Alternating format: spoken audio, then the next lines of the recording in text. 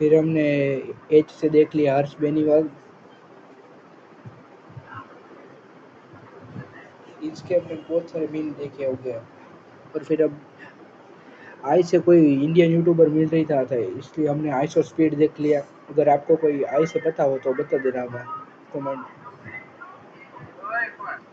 उसके बाद हमने देख ली है जोनाथन गेमिंग की वीडियोस। इनके वीडियो में ज़्यादा देखता नहीं हूँ।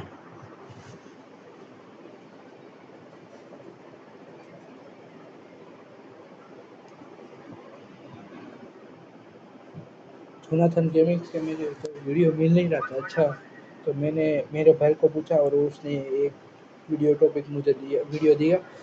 पर एडवर्टाइज बहुत आ रही थी, मतलब हम बहुत तकलीफ कर रही थी